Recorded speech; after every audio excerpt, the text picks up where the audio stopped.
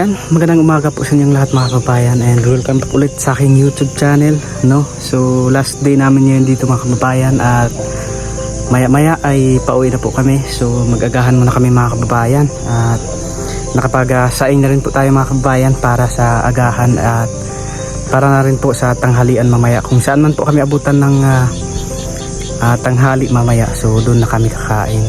Ayun, abangan nyo na lang po yung mga ganap namin mamaya mga kababayan sa aming pag-uwi doon sa Davao, no? Almost 3 nights and 3 days kaming nandito. So kung mamaya pa kami makauwi, so mga 4 days and 3 nights kaming nandito, no? So siguro mayroon pang pupuntahan mamaya si Sir Paul mga kababayan, no? So ayan, dito po yung sinaing natin mga kababayan. So kapag ganito na yung sitwasyon mga kababayan, kapag nag-uwian na, so kanya-kanyang trabaho po yung yung PB team. Ay magluluto ng ulam, at ito yung kanin namin.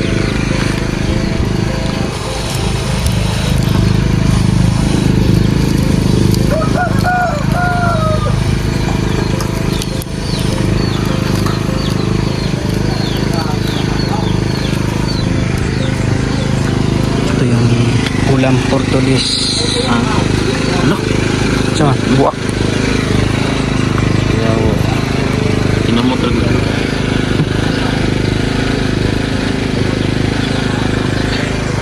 At si Peking Bombay naman po dito ay naglilinis ng kaldero, yung nilutuan po namin ng pa-feeding dito sa kanilang lugar.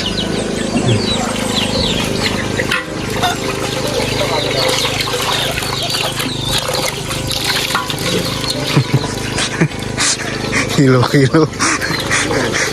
Nawalan na po ng boses. Hilo.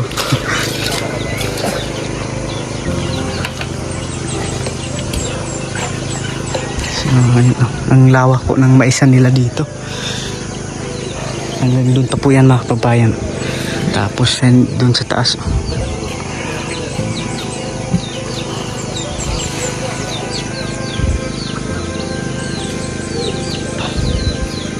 Sila Pibitin Peter Paul ay relax muna dahil sila yung magdadrive mamaya. So yan, ito mga kababayan ay lilinisan ko muna, hugasan ko muna itong mga pinagkainan namin kagabi.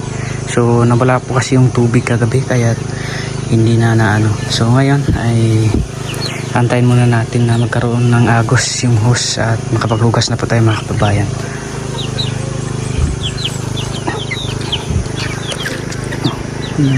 Agos.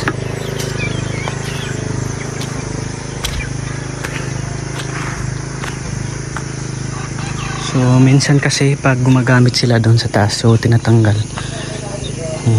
Tsaka pag naisalpak naman po yun, so tsaka lang po magkakaroon ng agos dito.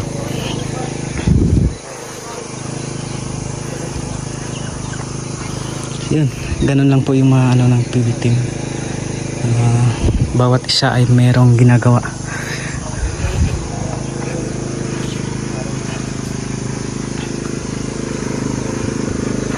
Bayan, may taga-slice ng sibuyas.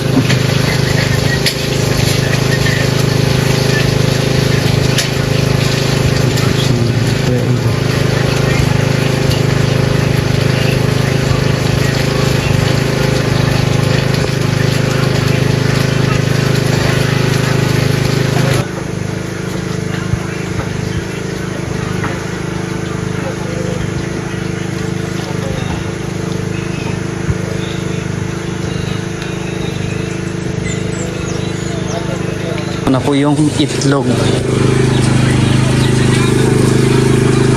Say, sagulan na. Ha? Huwag kang iiyak.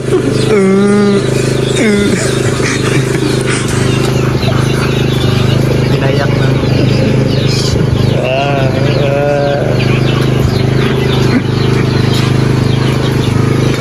Meron pang tuyo.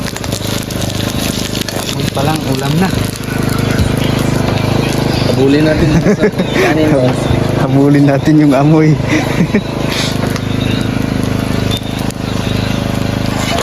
Sige ka. Sayang. Budget ng aso.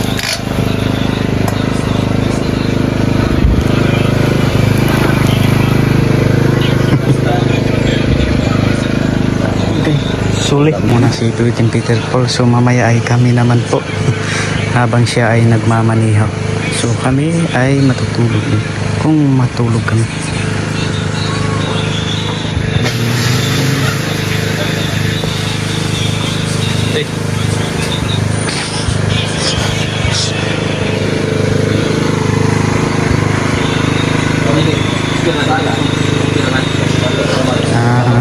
Iihawin pala itong isda.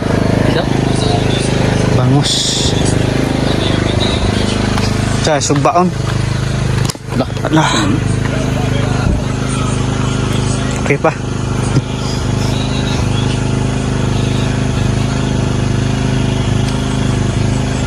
Prituon lang na to ni.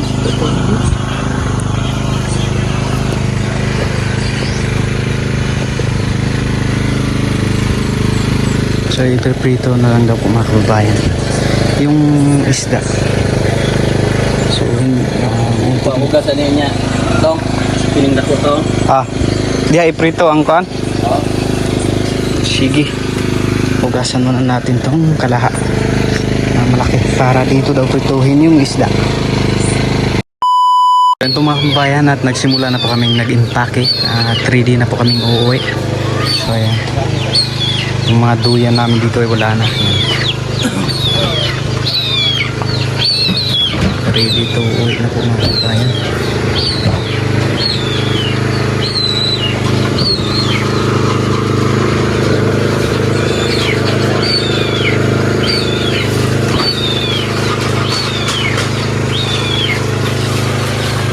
So si Tantan yung naghugas ng mga pinggan.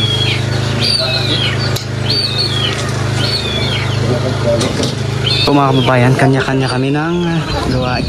So ito, maghuhugas muna kami ng nilalagyan ng mga isda para hindi siya mabango. Ay, mabaho. Para sa susunod na mission ay mayroong magagamit ulit.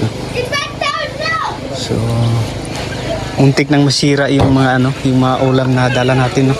Oo. Nananamoy na yung iba. Naubos na yung yelo. Buti at naagapan pa. Nagawan ng paraan. Lalong-lalo na yung manok, no. Yun yung naunang Talagang naunang namako.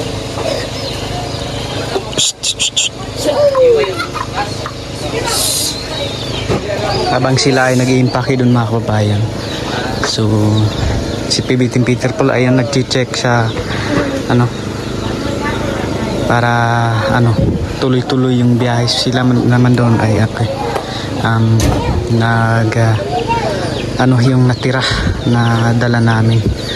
At sa kami naman dito ay nag-aantay na magkaroon ng agos ng tubig para mahugasan na tong So pagkatapos nito ngayon mga kababayan ay pauwi na po kami.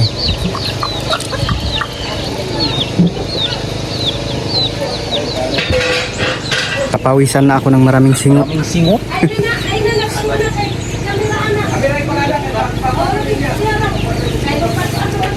Flex ko lang po itong cup. Thank you po ulit sa nagpadala nito. Jesus is my boss. Grabe padalangin ba? Kuha na. I-prito na lang siguro or kuhan kay murag Paksiw. paksiw. So yung natira po mga kababayan ay ibinigay na lang po ina pastor. Manok gani at dali na mo kuan. Bukalan lang namo tangag lamas ba panawalan ba ko. Tilapia na, no? Tilapia o Yan yung kay tilapia ba? Tilapia sa dagat man siguro. Ini sa pis pag man sa dagat. Sa pis pag siya. yung tira po ay dito Di man na yung sa dagat. Mo ni kung ingon sa tindera nga tilapia sa dagat. Sa dagat siguro nga. na po di tilapia sa dagat. Itim daw kulay ganyan daw ang kulay sa tilapia sa dagat. Yung isa yung katabi niyan ibang kulay. Yung paksiw na lang yan. Tilapia ba? Paksiwon. Gayang kadaakan. Okay na. Next, mga idol. Para may karga na po doon mga kababayan. Bago natin ikarga doon sa sasakyan ay kailangan ng mahugasan para hindi mangamoy doon sa sasakyan.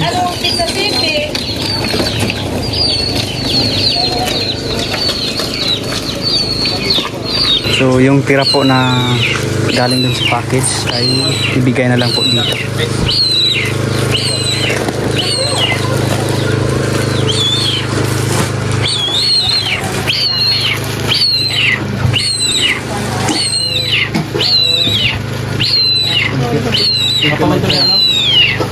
Pagmamahal.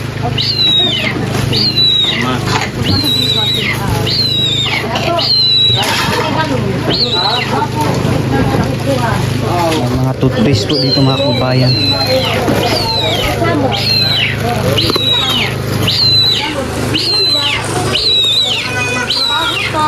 Ikaw na libahin na dito. Oh, diri lang ni Ikon. Sister, dili. Sige, ako na ihatag karon ang ana. Para dili. Sama. So, si ano na lang po. Yung asawa po ni Pastor, yung mamahagi Oo, dito. sige, ako na ihatag. Salamat kayo ha. So ayun na po mga kababayan, ito na po no, yung lahat ng gamit namin ay nandito na po. So kung makikita po natin doon ay wala na po.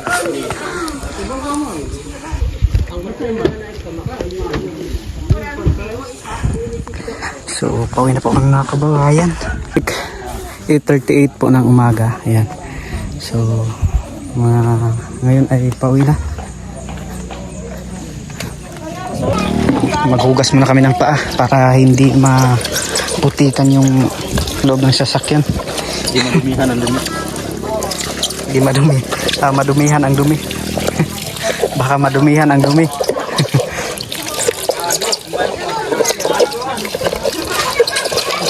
Bawasan na lang konti ba?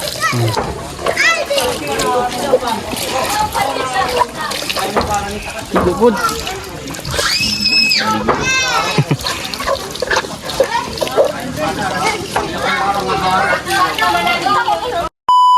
Kabayan, so pauwi na po kami.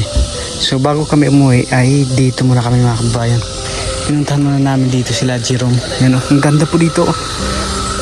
Napakatukot. Tapos makikita natin yung paaralan doon sa kabila.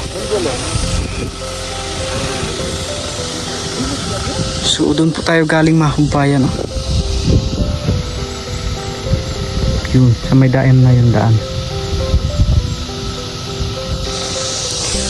So babalik po tayo mamaya. Dito tayo dadaan.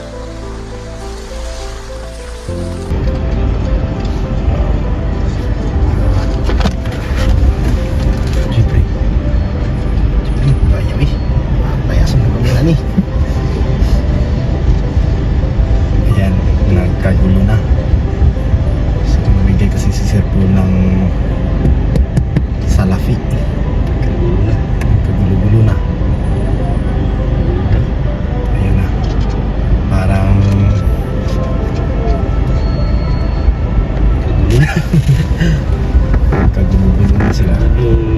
Yan, namigay na bira si Sir Paul. Daming tao. Kita po, ikaw po Dre. Wala pang views.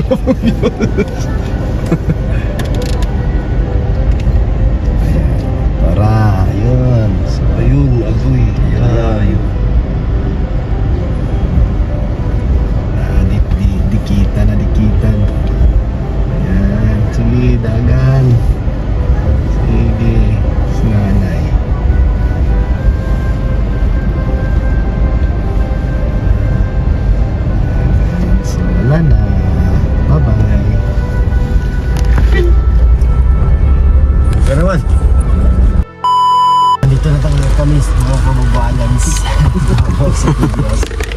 Thanks God! Safe yung aming biyahe. Parating kami ng maayos. Patuwa sa ito sa kawa na siya. Ay, sa ito mga kabayan. Andito na po kami sa PB House. Thanks God sa safe na biyahe. Ay, power bank pala.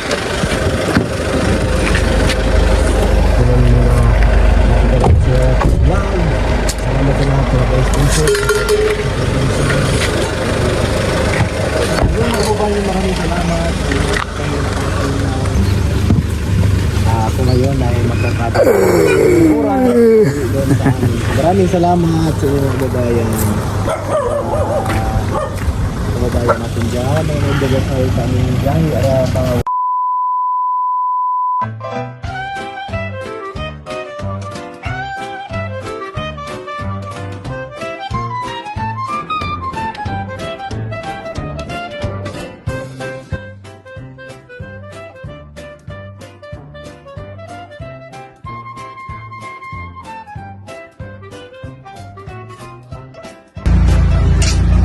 Mare, bakit parang problemado ka? Eh paano ba naman, Mari? Ang laki ng bill ko sa kuryente. O bakit, Mare? Magkano ba? Eh paano ba naman dating 2,000, ngayon 4,700 na? Ikaw, Mari, bakit parang hindi ka problemado? Eh kasi, Mare, ang baba ng bill ko sa kuryente. O talaga? Magkano ba sa'yo? Alam mo ba na 1,000 lang ang binabayaran ko kada buwan? Ha? Paano nangyari yun? Dahil sa PB Team Solar, bumaba ang bill ko sa kuryente. Paano nangyari yun? Libre na ang ilaw namin sa bahay. Dahil ang PB Team Solar ay mayroong mga solar lights tulad ng floodlight, street light na nagbibigay liwanag sa bahay namin. Alam mo ba, ito ay powered by solar. Kaya naman, talagang nakakatipid kami. Hoy, Mari, narinig ko yung pinag-usapan niyo. Saan pwede umorder? Mag-message ka lang sa PB Team Solar. Isang paalala lang po na mag-message po kayo sa legit at tamang page. Ang PB Team Solar, roon pong 129,000 followers. At nandito po sa inyong screen ang mga pwedeng tawagan na tao at mga contact number nila. Muli, maraming salamat po sa inyo.